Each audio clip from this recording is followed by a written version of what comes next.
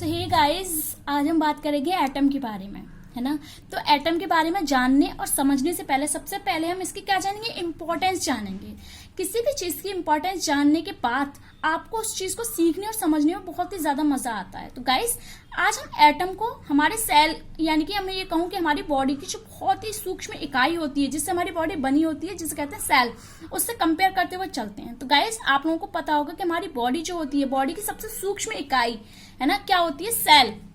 Cell हमारी सबसे छोटी इकाई होती है बॉडी की। उसी प्रकार एटम क्या होता है, किसी भी मैटर और किसी भी एलिमेंट, इस वर्ल्ड में जो कोई भी मैटर है, उन सब मैटर की सूक्ष्म इकाई क्या होती है, एटम। अगर हम एटम के रिपीटेशन करते जाए तो हमें क्या प्राप्त होगा, वो मैटर प्राप्त हो जाएगा, है ना।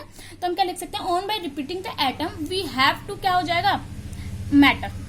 यानी कि हम एटम की रिपीटेशन करते जाएं तो हमें क्या प्राप्त हो जाएगा, मैटर प्राप्त हो जाएगा। सो गाइस, एटम को तो हम समझ गए, इसके इंपॉर्टेंस के बारे में हमने सीख लिया। तो सबसे पहले हम बात करते हैं कि आखिर जो एटम है वो अस्तित्व में कैसे आया, लोगों को पता कैसे पड़ा, साइंटिस्टों ने कैसे पता लगाया कि एक एटम नाम की भी चीज होती है ना। तो चलिए हम आपको लेके चलते हैं ईसा से 500 वर्ष पूर्व, यानी कि ईसा मसीह के जन्म से 500 साल पहले। तो सोचिए पास्ट में कितनी पुरानी बात रही होगी जब लोगों को एटम के बारे में नॉलेज हुई होगी। तो सबसे पहले एक साइंटिस्ट हुए महर्षि कणाद। कौन से साइंटिस्ट हुए, यहाँ पे मैं लिख देती हूँ, महर्षि कणाद। तो कणाद सर ने सबसे पहले क्या बताया, कणाद सर ने सबसे पहले बताया कि हमारा जो मैटर होता है, मैटर वो क्या है, अति सूक्ष्म अविभाज्य कणों से मिलकर बना हुआ है। तो हम यहाँ पे क्या लिख सकते हैं, matter is made by non divisible है ना, डिविजिबल एटम क्या बोल सकते हैं हम कणों को, पार्टिकल्स कैसे, मिनी पार्टिकल्स।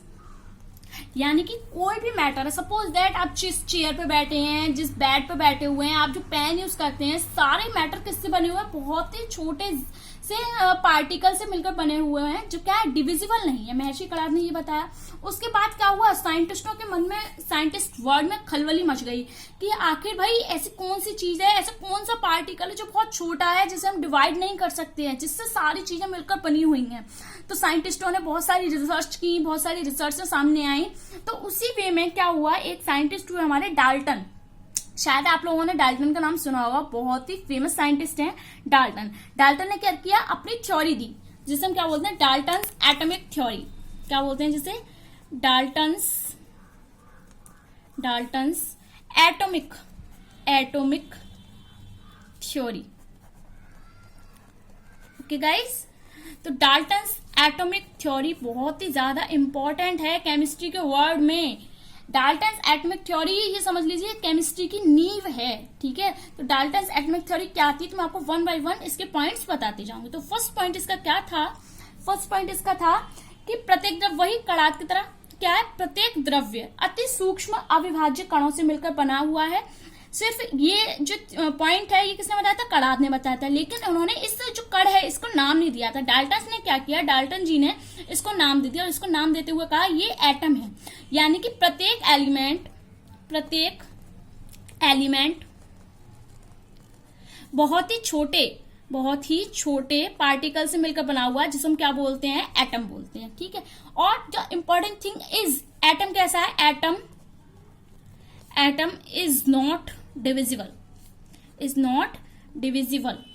यानी कि एटम अविभाज्य, इसे हम तोड़ नहीं सकते, फोड़ नहीं सकते, कुछ नहीं कर सकते। किसी भी मैटर की सबसे छोटी से छोटी इकाई है ये, ठीक है। अब हम बात करते हैं सेकंड पॉइंट की। सेकंड पॉइंट जो था वो क्या था, सेकंड पॉइंट था कि एक तत्व, मैंने अभी क्या कहा कि एटम जो है वो क्या होती है, किसी भी मैटर की यूनिट होती है ना। अगर हम यूनिट की रिपीटेशन करें तो वो मैटर हमें प्राप्त हो जाएगा। यानी कि कोई भी मैटर जो है बहुत सारे एटम से मिलकर बना होगा, है ना। तो क्या है, एवरी एलिमेंट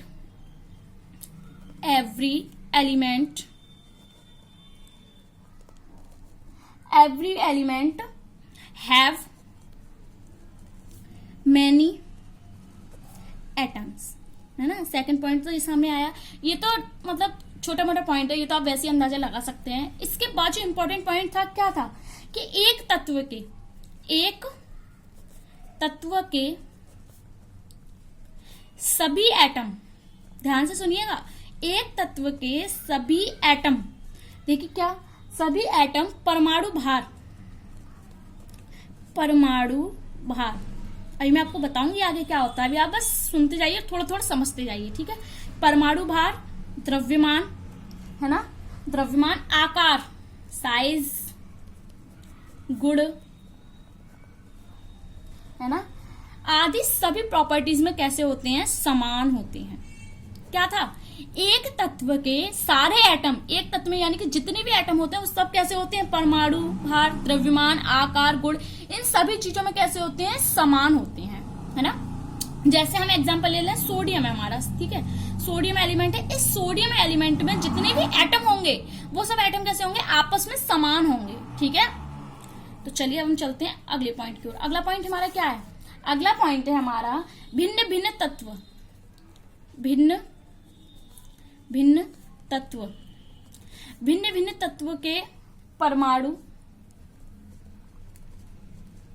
भिन्न भिन्न तत्व के परमाणु, परमाणु भार,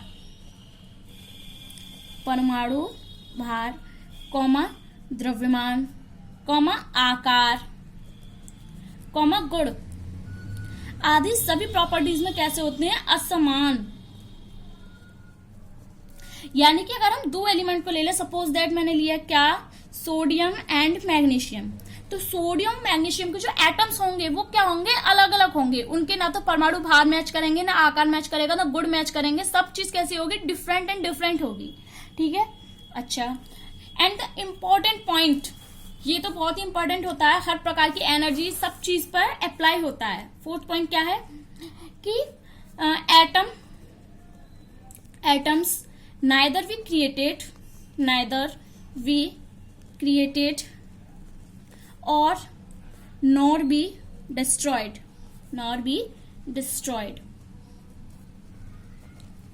यानी कि एटम ना तो उत्पन्न किए जाते हैं और ना ही नष्ट किए जा सकते हैं। वही एनर्जी वाली बात आ गई कि एनर्जी ना तो उत्पन्न की जाती है ना नष्ट की जाती है ना। तो उसी प्रकार क्या है, एटम ना तो उत्पन्न किए जाते हैं ना ही नष्ट किए जा सकते हैं। ये थी डाल्टन एटॉमिक थ्योरी के कुछ इंपॉर्टेंट पॉइंट्स, है ना। तो अब क्या है, डाल्टन ने तो बता दिया, फर्स्ट पॉइंट में बता दिया कि भाई एटम क्या है, नॉट डिविजिबल है, एटम डिवाइड नहीं किया जा सकता। लेकिन अब हमें पता है कि एटम क्या होता है। यहाँ पे मैं अगर आपको डायग्राम बना के दिखाऊं तो एटम क्या है, एटम में एक न्यूक्लियस होता है, ठीक है। इस न्यूक्लियस के चारों ओर क्या होती है, बहुत सारी क्लासेस होती हैं, ये रही क्लासेस, ये नहीं क्लासेस, ये क्लासेस, ये रही, ठीक है। न्यूक्लियस में क्या होते हैं, न्यूक्लियस में होते हैं हमारे न्यूट्रॉन एंड प्रोटॉन, ठीक है। और इसके चारों ओर क्या होते हैं, इलेक्ट्रॉन चक्कर लगाते हैं। अब भाई अभी तो डाल्टन साहब ने बताया था कि जो हमारा एटम है वो डिविजिबल नहीं है, तो फिर उसके अंदर इतने सारे पार्टिकल कहां से आ गए। यानी कि डाल्टन की जो थ्योरी थी, डाल्टन एटॉमिक थ्योरी, उस पर क्या किया गया, संशोधन किए गए, क्योंकि इनके कुछ क्या ज्यादातर पॉइंट गलत साबित हुए थे। इनमें संशोधित करके नई थ्योरी आई। तो संशोधन क्या थे, हम वो पढ़ते हैं इनके, ठीक है। तो यहाँ पे हम हेडिंग डालते हैं संशोधन।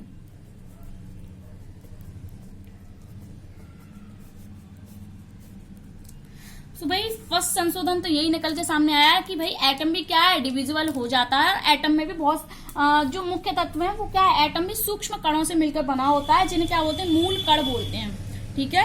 एटम भी सूक्ष्म कणों से मिलकर बना होता है, जिन्हें क्या बोलते हैं, मूल कण बोलते हैं। मूल कण कौन से होते हैं, electron, proton and also neutron. अब इलेक्ट्रॉन, प्रोटॉन और न्यूट्रॉन क्या होते हैं मैं आपको आगे बताऊंगी, पहले हम इनके संशोधन के बारे में बात कर लेते हैं, ठीक है। अब जो हमारा सेकंड पॉइंट निकल के आया, सेकंड पॉइंट क्या था, सेकंड पॉइंट अभी डाल्टन साहब ने बताया कि एक तत्व के सभी एटम कैसे होते हैं, परमाणु भार, द्रव्यमान, आकार, गुण में कैसे होते हैं, समान होते हैं।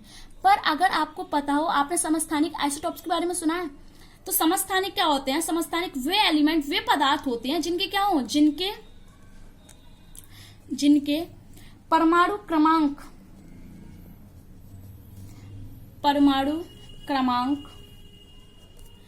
समान होते हैं, लेकिन द्रव्यमान संख्या डिफरेंट होती हैं।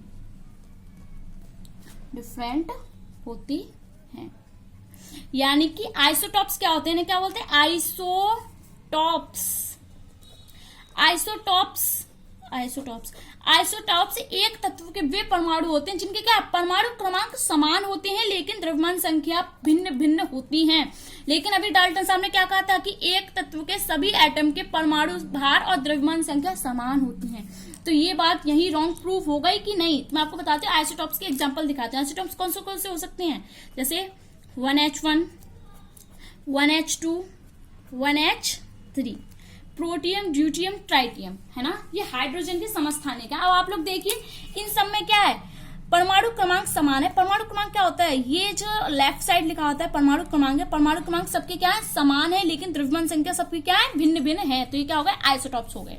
तो चलिए अब चलते हैं थर्ड पॉइंट की ओर। थर्ड पॉइंट हमारा क्या है, थर्ड पॉइंट हमारा इन्होंने क्या बोला था तीसरे पॉइंट में, भिन्न भिन्न तत्वों के परमाणु भार, आकार, गुण में सब में असमान होते हैं। लेकिन आपने आइसोबार्स के बारे में सुना है, आइसोबार्स क्या होते हैं, आइसोबार्स किसी तत्व के क्या बोलूं मैं, दो भिन्न भिन्न तत्वों के वे परमाणु होते हैं जो परमाणु भार में समान होते हैं, परंतु परमाणु भार या द्रव्यमान संख्या भी कह सकते हैं, यहाँ पे हम लिख सकें तो द्रव्यमान संख्या, ठीक है, परंतु परमाणु क्रमांक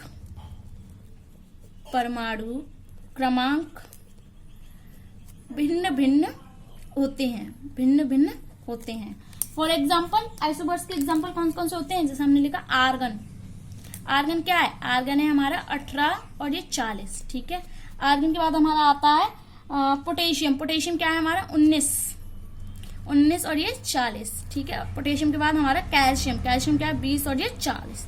तो यहाँ पे आप क्लियरली देख सकते हैं कि इनके जो परमाणु क्रमांक है ना, एटॉमिक नंबर, वो क्या है सबके डिफरेंट है, इसका 18, 19, 20, लेकिन जो मास नंबर है वो सबका क्या है 40। लेकिन और ये क्या है अलग अलग एलिमेंट है, ये आर्गन है, ये पोटेशियम है, कैल्शियम है। लेकिन डाल्टन ने क्या बताया था, डाल्टन ने बताया था कि भिन्न भिन्न तत्व के परमाणु भार, द्रव्यमान, आकार, गुण सब कैसे होते हैं असमान होता है। ये बात भी यहाँ पर रॉन्ग प्रूफ हो गई, ठीक है, क्योंकि आइसोबार्स अस्तित्व में आ गए, आइसोबार्स का अस्तित्व सामने नजर आया। तो चलिए अब चलते हैं लास्ट पॉइंट की ओर। लास्ट पॉइंट क्या था इनका, एक मिनट, लास्ट पॉइंट जो था इनका, लास्ट पॉइंट क्या था, फोर्थ पॉइंट था इनका, परमाणुओं के संयोजन से, यानी कि कॉम्बिनेशन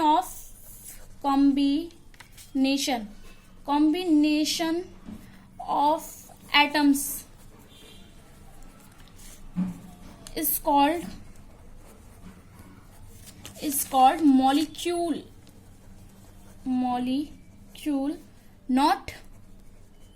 नॉट क्या हो जाएगा, नॉट यौगिक, कंपाउंड एटम, ठीक है, कंपाउंड एटम, यानी कि परमाणुओं के संयोजन से अणु बनते हैं, ना कि यौगिक परमाणु, ठीक है। यहाँ पे बात खत्म आई। तो गाइस इतनी देर से हम क्या कर रहे थे, एटम चिल्ला रहे थे। तो चलिए अब फाइनली बात करते हैं एटम के बारे में और एटम के स्ट्रक्चर के बारे में। वैसे तो मैं स्ट्रक्चर आपको थोड़ी पहले बता चुकी हूँ, लेकिन फाइनली हम इसके स्ट्रक्चर के बारे में बात करेंगे। तो चलिए हेडिंग डाल लेते हैं, क्या, एटम एंड इट्स स्ट्रक्चर,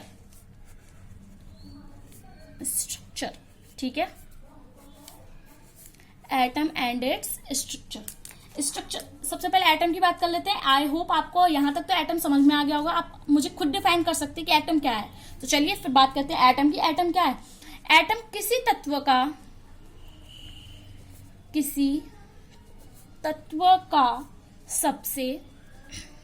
सबसे सूक्ष्मतम कण है, यानी कि हम कह सकते हैं कि एटम क्या है, किसी भी एलिमेंट की यूनिट है। सीधे आप ये कह रहे हैं atom is the unit of any element, ठीक है।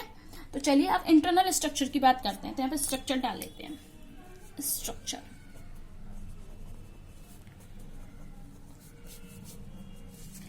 तो सबसे पहले स्ट्रक्चर ही बना लेते हैं। इसकी स्ट्रक्चर में हमने क्या किया, एक न्यूक्लियस बनाई, ठीक है, न्यूक्लियस की ओर ये क्लासेस बना रहे हैं हम,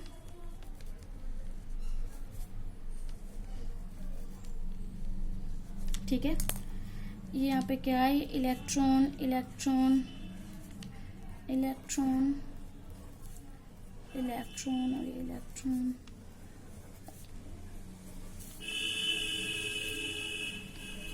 यानी कि क्या है, किसी भी एटम में एक न्यूक्लियस होता है, ठीक है, ये हमारा न्यूक्लियस है। न्यूक्लियस में क्या होते हैं, प्रोटॉन एंड न्यूट्रॉन, ठीक है।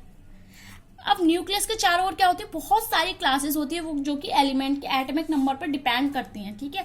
तो इन क्लासेस में क्या होते हैं, इन क्लासेस में इलेक्ट्रॉन होते हैं जो क्या होते हैं, अपनी एक्सिस पे स्पिन करते रहते हैं और क्या करते हैं, क्लासेस में चक्कर भी काटते रहते हैं, सेम अर्थ की तरह। अर्थ क्या होता है, अर्थ अपनी एक्सिस पे भी स्पिन करती है ना, और सूर्य के चारों ओर चक्कर भी लगाती है। वही वर्क क्या करते हैं, इलेक्ट्रॉन करते हैं, ठीक है। यहाँ तक आपको समझ में आ गया। तो चलिए अब पहले बात करते हैं इलेक्ट्रॉन, प्रोटॉन और न्यूट्रॉन की।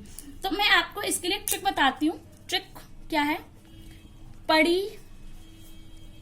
ईंट पर नाच, ठीक है। तो परमिस क्या है, परमिस परमाणु यानी कि एटम, और एटम के खोजकर्ता कौन है, जॉन डाल्टन, अभी मैं आपको बता चुकी हूँ, ठीक है। ई मीन्स क्या है, इलेक्ट्रॉन, इलेक्ट्रॉन, और इलेक्ट्रॉन के खोजकर्ता कौन है, थॉमसन, ठीक है। प मीन्स क्या है, प्रोटॉन, प्रोटॉन, और प्रोटॉन के खोजकर्ता कौन है, रदरफोर्ड, रदरफोर्ड, ठीक है। अब लास्ट जो आता है, लास्ट हमारा क्या है, न्यूट्रॉन, न्यूट्रॉन, और न्यूट्रॉन के खोजकर्ता कौन है, चैडविक, चैडविक, ठीक है। ये तो इसके हुए खोजकर्ता, ठीक है। अब हम बात करते हैं इनके क्या, आवेश यानी कि चार्ज की। तो परमाणु कैसा होता है, परमाणु हमारा एटम जो होता है वो कैसा होता है, न्यूट्रल होता है। अब न्यूट्रल क्यों होता है ये भी मैं आपको अभी बताऊंगी, ठीक है। एटम कैसा होता है, न्यूट्रल होता है। इलेक्ट्रॉन, इलेक्ट्रॉन कैसा होता है, इलेक्ट्रॉन पे नेगेटिव चार्ज होता है, नेगेटिव चार्ज, ठीक है। प्रोटॉन, प्रोटॉन पर क्या होता है, प्रोटॉन पर पॉजिटिव चार्ज होता है, पॉजिटिव। न्यूट्रॉन, न्यूट्रॉन कैसा होता है, न्यूट्रॉन होता है हमारा जीरो चार्ज, कोई चार्ज नहीं होता, न्यूट्रल होता है, ठीक है। अब हम यहाँ पे बात करते हैं, जैसे हमारा कोई एलिमेंट है, सपोज दैट हमने एक्स डिनोट किया, ये क्या है, जेड, और ये ए, ठीक है। मैं आपको समझाने के लिए इनको अलग अलग साइड लिख रही हूँ। जेड क्या है, Z is equal to atomic number, atomic number, ठीक है। एटॉमिक नंबर क्या होता है, atomic number is equal to, atomic number is equal to number of electron, number of electron, and also is equal to number of proton, proton. यानी कि अभी मैंने यहाँ पे आपको क्या बताया था कि इलेक्ट्रॉन पे नेगेटिव चार्ज एंड प्रोटॉन पे पॉजिटिव चार्ज।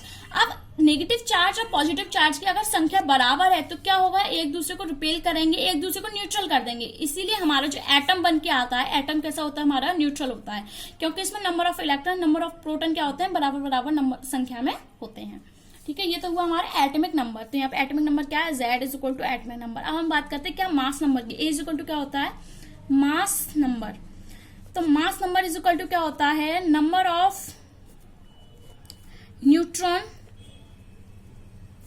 है ना, number of neutron plus number of proton. For example sodium ले लेते हैं हम, सोडियम का एटॉमिक नंबर 11 एंड इसका मास नंबर है 23, ठीक है। तो इसमें प्रोटॉन की संख्या कितनी हो जाएगी, प्रोटॉन बराबर होंगे 11 बराबर इलेक्ट्रॉन, ठीक है। और हमारा जो मास नंबर है, तो चलिए पहले न्यूट्रॉन की बात कर लेते हैं मास नंबर से पहले। मास नंबर तो हमें यहाँ पे क्लियरली दिखाई दे रहा है, मास नंबर बराबर क्या है, मास नंबर बराबर है 23, ठीक है, 23, सॉरी। तो यहाँ पे न्यूट्रॉन कैसे निकलेंगे, number of neutron, number of neutron is equal to mass number, mass number minus number of proton और इलेक्ट्रॉन, कुछ भी कह सकते हैं, माइनस नंबर ऑफ प्रोटॉन, ठीक है। तो मास नंबर कितना है 23, माइनस के नंबर ऑफ प्रोटॉन कितना है 11, तो कितना बचा ये, 3 में से 1 गए तो 2 एंड 2 में से 1 गए 12, ठीक है। और अब मास नंबर भी हम चेकआउट कर सकते हैं कैसे, 12 अगर 11 को जोड़ दें, 12 और 11 को कितने निकल के आएगा 22, वो क्या है हमारा मास नंबर। इस तरीके से हम मास नंबर के बारे में पता कर सकते हैं। तो चलिए हम एटम की स्ट्रक्चर के बारे में बात कर रहे थे। तो ये तो इलेक्ट्रॉन, प्रोटॉन, न्यूट्रॉन की बात हुई है ना। तो अब हम क्या करते हैं, इनकी स्ट्रक्चर बात कर लेते हैं। अब हमने क्या पता किया कि इसमें एक न्यूक्लियस होती है। न्यूक्लियस में कौन कौन से कण होते हैं, प्रोटॉन और न्यूट्रॉन। इन दोनों को कंबाइंड रूप से क्या बोलते हैं हम, न्यूक्लियॉन। क्या, न्यूक्लियॉन, ठीक है। और इलेक्ट्रॉन क्या करता है, इलेक्ट्रॉन इनके चारों ओर चक्कर लगाता रहता है। तो ये तो किसकी बात हुई, ये हमारी एटम की बात हो गई है, ठीक है। तो चलिए अब हम क्या बात करते हैं, हम बात करते हैं एटम है तो भाई इसका कोई वेट भी होगा कि नहीं। तो हम बात करते हैं एटॉमिक वेट की। एटॉमिक वेट, ठीक है, एटॉमिक वेट। तो एक बात बताइए मुझे आप लोग कि आप मार्केट में कोई भी चीज, सपोज दैट सब्जी लेने जा रहे हैं आप लोग, गाजर लेने जा रहे हैं, तो गाजर आपने मांगी, भाई हमें 1 किलो गाजर दे दीजिए भैया जी, 1 किलो गाजर। तो वो 1 किलो गाजर के ऐसी अंदाजे से थोड़ा देता, वो क्या करता है, उसके 1 किलो गाजर के रेफरेंस में 1 किलो का बाट रखता है। जब भी तो आपकी गाजर को मेजर करता है, वो ऐसे थोड़ा है कि अंदाजे से उसने 12-13 गाजर चढ़ाई और आपको दे दिया, नहीं। यानी कि किसी भी चीज के मेजरमेंट करने के लिए हमें क्या, रेफरेंस की जरूरत पड़ती है ना। आप दूध भी लेने जाते हैं, दूध भी किसी से नापा जाता है। कोई भी चीज हो हमेशा किसी ना किसी चीज से नापी जाती है, उसके रेफरेंस पर कोई ना कोई चीज रखी जाती है, ठीक है। तो एटॉमिक वेट के लिए भी कोई ना कोई रेफरेंस होगा। तो एटॉमिक वेट के लिए जो रेफरेंस चुना गया वो क्या है, C12 आइसोटॉप, कार्बन 12 का आइसोटॉप, है ना। तो एटॉमिक वेट को हम कैसे डिफाइन कर सकते हैं कि किसी तत्व का, यहाँ पे मैं लिख रही हूं ऐसे डेफिनेशन, किसी तत्व का परमाणु भार वह संख्या है, किसी तत्व का परमाणु भार वह संख्या है जो यह प्रदर्शित करती है,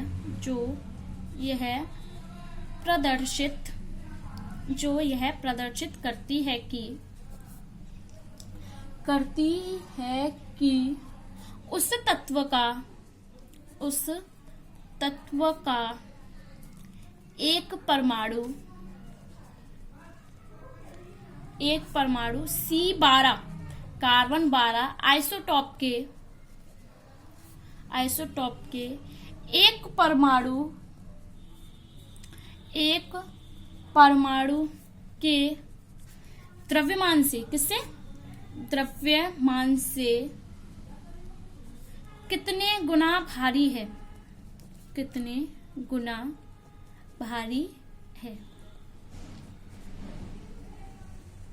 यानी कि एटॉमिक वेट क्या होता है, एटॉमिक वेट वो होता है जिस भी एलिमेंट का एटॉमिक वेट हमें चाहिए, उसका क्या होता है, उस एलिमेंट का एक परमाणु कार्बन 12 आइसोटॉप के एक परमाणु से कितने गुना भारी है। एटॉमिक वेट से हमें यह पता पड़ता है। तो हम कैसे लिख सकते हैं इसे, जैसे हमारे पास कोई एलिमेंट ए है तो हम लिखेंगे weight of A is equal to, हम क्या लिखेंगे, तत्व ए का परमाणु द्रव्यमान। तो हम क्या लिख सकते हैं, ए के एक परमाणु का द्रव्यमान अपॉन हम यहाँ पे लिखेंगे फ्रेंड्स, यहाँ पे एक और चीज मेंशन होगी, यहाँ पे मैंने कहा था उस तत्व का एक परमाणु कार्बन 12 आइसोटॉप के एक परमाणु के 1/12वें भाग से कितने गुना भारी है। तो यहाँ पर क्या लिखेंगे, 1/12 इंटू 1 एटम, क्या लिख सकते हैं हम, कार्बन 12 के एक परमाणु का द्रव्यमान। ये तो हुई इसकी क्या फॉर्मूला हो गया निकालने के लिए, ठीक है। तो ये हमारा एटॉमिक वेट हमने फाइंड आउट कर लिया। अब फ्रेंड्स कोई भी यूनिट हो, कोई भी क्वांटिटी हो, कोई भी, सपोज दैट लेंथ हो गई, वेट हो गया, हमारा वॉल्यूम हो गया, एरिया हो गया, सब चीज के मेजरमेंट करने के लिए एक यूनिट होती है कि नहीं। लेंथ को किसमें मेजर करते हैं, लेंथ को मेजर करते हैं सेंटीमीटर में, किसमें, सेंटीमीटर में, मीटर में, डेसीमीटर में, डेकामीटर में, नैनोमीटर, किसी में भी सब में मेजर करते हैं, ठीक है, लेंथ को। उसी प्रकार वॉल्यूम को भी किसमें मेजर करते हैं, वॉल्यूम को मेजर करते हैं centimetre cube, metre cube, millimetre cube, बहुत सारी यूनिट्स हो सकती हैं। प्रेशर को भी मेजर करते हैं, वॉल्यूम तो होगी, हमारे एरिया को, सब चीज को मेजर करते हैं। उसी प्रकार एटॉमिक वेट को भी तो मेजर करने के लिए कोई ना कोई यूनिट होगी कि नहीं। तो चलिए आज हम बात करते हैं atomic mass unit, atomic mass और वेट, एटॉमिक मास यूनिट। तो मैं आपसे सीधे सीधे कह सकती हूँ the unit of atomic mass is equal to AMU और वी कैन से यू, यानी कि एटॉमिक मास को मेजर करने की यूनिट क्या है? AMU, atomic mass unit. किसको मेजर करने की? एटॉमिक वेट को यूनिट करने की, जिसको क्या बोलते हैं शॉर्ट में? AMU और U। तो एक AMU क्या है? 1 AMU कार्बन 12 परमाणु के 12वें भाग के, क्या होता है? कार्बन 12वें परमाणु के कार्बन 12 के एक परमाणु के 12वें भाग के बराबर होता है। तो हम क्या लिख सकते हैं? कार्बन 12 परमाणु, ठीक है, कार्बन 12 परमाणु का द्रव्यमान इसके 12वें भाग के बराबर होगा, यानी कि 1/12वें भाग के बराबर होगा। तो चलिए हम जानते हैं कार्बन का मॉलिक्यूलर वेट कितना होता है? कार्बन का मॉलिक्यूलर वेट होता है 12, यानी कि कार्बन में कितने सारे परमाणु होंगे? वही एवोगाड्रो नंबर के बराबर, यानी कि 6.023 इंटू 10 की पावर 23। एटम का वेट कितना है? 12। तो एक एटम का वेट कितना होगा? वही आप निकाल लीजिए, 12/6.023 इंटू 10 की पावर 23। होगा कि नहीं? अरे जब 6.023 इंटू 10 की पावर 23 एटम्स का वेट कितना? 12। तो एक एटम का वेट कितना होगा? 12/6.023 इंटू 10 की पावर 23, है ना। और हमें क्या चाहिए? हमें एक AMU चाहिए। तो एक AMU हम कैसे निकालेंगे?